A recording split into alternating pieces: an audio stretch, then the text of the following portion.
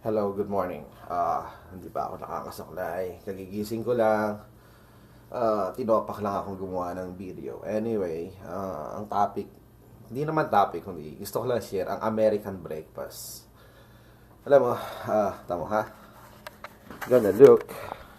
Ako lang kakain yan. Meron akong bacon, meron akong hotdog, meron akong eggs, meron akong mayonnaise, meron din ako slice ng bread. Ako lang mag-isa kasi nandito. Actually, nasa taas si Jim. Kaya lang, hindi naman kumakain ng almusal yun. So, I'll prepare breakfast for myself. So, Sunday morning ngayon, kaya hindi ako rush. Walang pasok. One of the few days na na-enjoy ko na gumising ako ng medyo tanghali. Pero, maaga pa rin ako nagising. Anyway, ito yung kitchen namin. Yeah, kitchen. Anyway, ayan na yun. Ito yung fridge namin. Nakakatuwa rito. Tulak mo lang yan. May lalabas na yelo. Ito naman ang aming fridge. Actually, ang dami laging naman ito eh. Isang nakakatuwa rito sa bansa na to. Sagana pagkain. As in, basta may trabaho ka, hindi ka magugutom dito. Tapos, let me show you the backyard. Okay? Again. Ayan, typical Sunday morning. Yung mga kapitbahay ko rito tahimik. Ako lang maingay rito pag ako nagkakakanta. Actually, masarap kumanta rin sa living room kasi nga kulob siya eh. So, meron ako mga in-upload before na ako yung kumakanta, Anyway, punta tayo sa garahe. Ito yung garahe. Ito yung aking labada. Ito yung washing machine. Ito yung dryer. Yung mga puti ko, binababad ko yan. Para puti ko, puti talaga.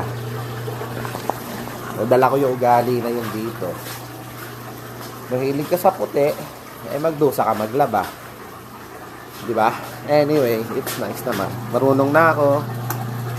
So, after 3 years, almost 3 years, independent na ako.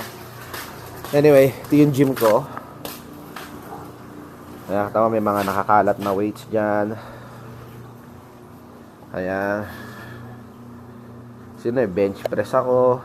Ayan, hindi ko kayang buhatin lahat ng mabigat.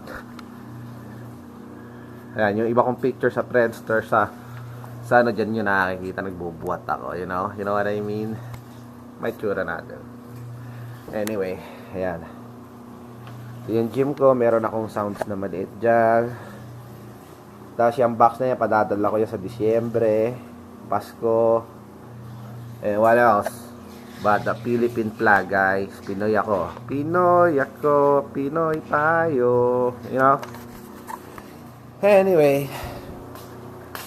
Kagabi, nag-iisip ako. Binigyan ko. May mga bagay na nangyayari dito na hindi ko kinukwento sa inyo or hindi nyo alam. Pero, yun yung mga bagay ngayon. Sa nakikita ko magiging anyway, tingnan niyo muna tong yung ginawa namin gym. Meron kanyang maliit na kita mo yan, meron kang maliit na parang cottage ba. Ito yung yard namin, di ba? Yan, may barbecue dyan. Ito yung carpet yan, yung nakikita nyo. Tapos, when you look there, kita mo yung pool. Ayun yung hagdanan paakyat ng pool. See what I mean? Ayun ang bahay ni Jim. Yung bahay pala namin. Anyway, going back. Sa pag-iisip ko, uuwi ako.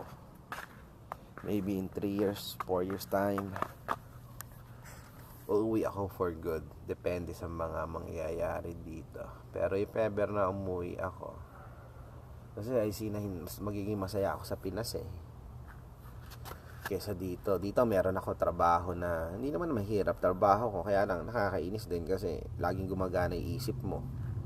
Kaupo ka nga lang, isip mo naman gana ng gana. You know what I mean? Anyway, I just want to share you things happening around. Medyo malungkot din. Alam mo, titignan mo tong lugar ko. Look at it, you know.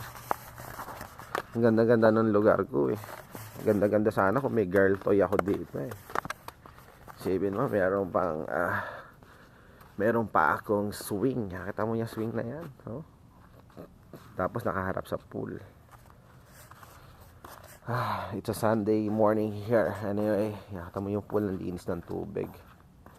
Anyway, magluluto na ako, kumakalam na tiyan ko. Bye-bye!